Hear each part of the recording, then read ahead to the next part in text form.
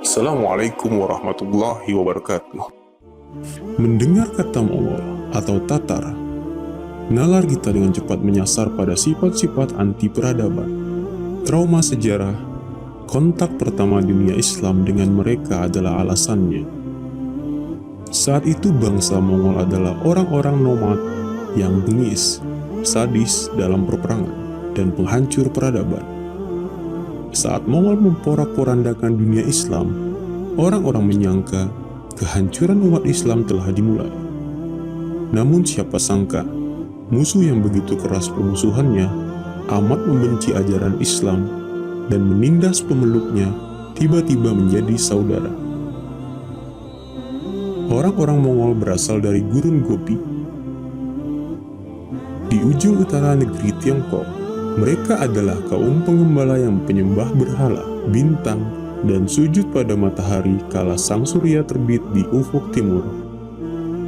Agama mereka adalah Shamanisme, suatu aliran kepercayaan yang mensucikan ruh-ruh nenek moyang dan mempersembahkan kurban kepada hewan-hewan buas.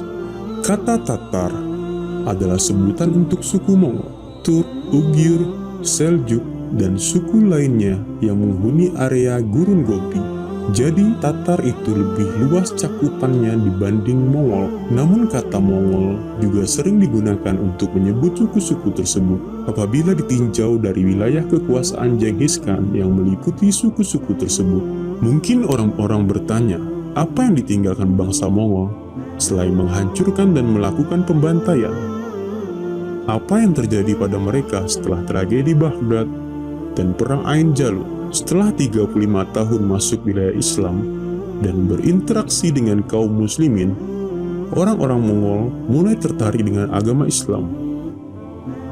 Bahkan tidak sampai 50 tahun, mayoritas dari mereka telah memeluk agama yang mulia ini.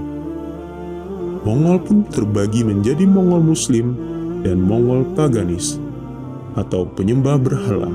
Mereka korbankan persaudaraan sesuku demi membela agama ini, yakni agama Islam. Meskipun telah menjadi Muslim, ada sifat-sifat asli bangsa Mongol yang tidak hilang, baik kepercayaan maupun karakter. Memang, Islam telah merubah mereka, tapi perubahan itu tidak terjadi menyeluruh seperti generasi awal Islam dulu. Di sisi lain, kita tidak boleh melupakan jasa-jasa mereka. Orang-orang Mongol telah memberikan sumbangsi besar dalam peradaban Islam. Bahkan apa yang mereka lakukan tidak pernah terjadi sebelumnya dan tidak terulang lagi di masa setelahnya. Wilayah-wilayah yang belum pernah diinjak oleh kaum muslimin menjadi negeri Islam.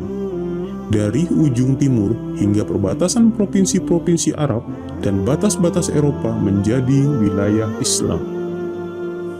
Genghis Khan menginvasi banyak wilayah hingga kerajaannya memiliki wilayah yang sangat luas.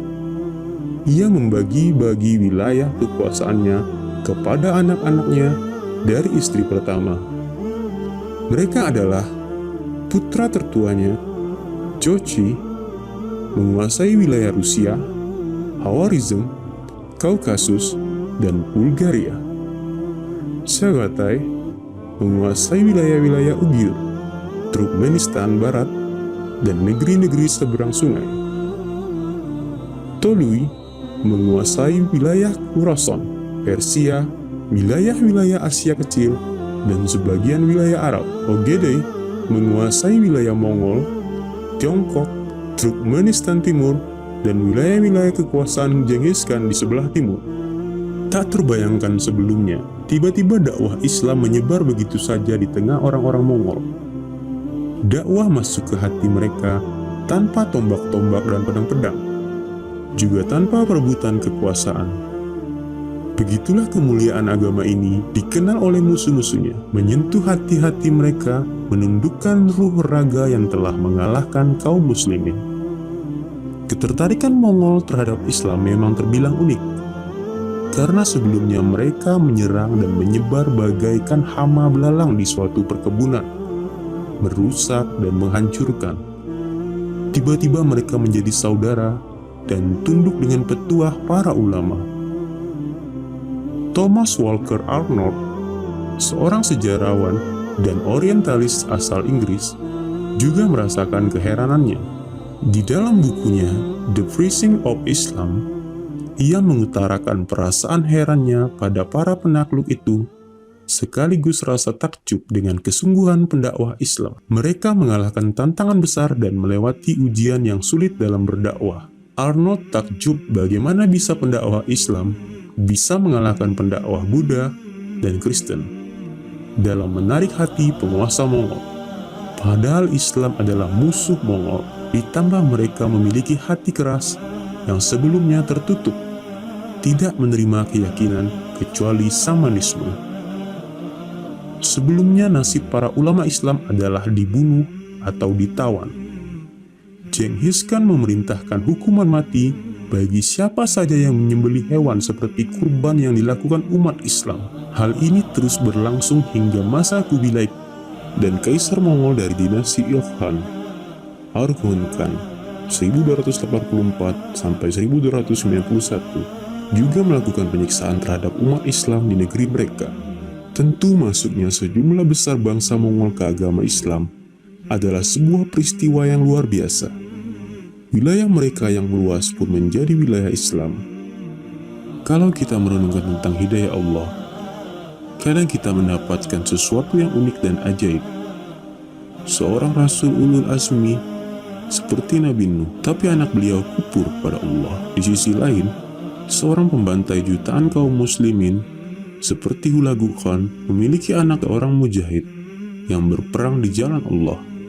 Padahal kita tahu siapa Hulagu Khan. Melalui dia, runtuhlah kerajaan besar Islam yang telah berusia ratusan tahun. Kerajaan yang melahirkan peradaban besar untuk dunia, yakni Daulah Abbasiyah. Benarlah apa yang Allah firmankan. Katakanlah, siapakah yang memberi rezeki kepadamu dari langit dan bumi? Atau siapakah yang kuasa menciptakan pendengaran dan penglihatan? Dan siapakah yang mengeluarkan yang hidup dari yang mati? Dan mengeluarkan yang mati dari yang hidup? Dan siapakah yang mengatur segala urusan?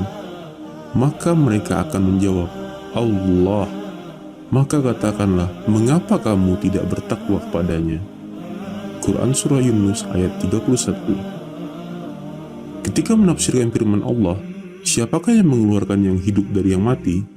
Imam Al-Qurtubi mengatakan, siapakah yang mengeluarkan yang hidup dari yang mati? Maksudnya adalah mengeluarkan tumbuhan dari bumi, manusia dari nutfah, ranting-ranting dari biji, burung dari telur, dan seorang mukmin dari kekafiran.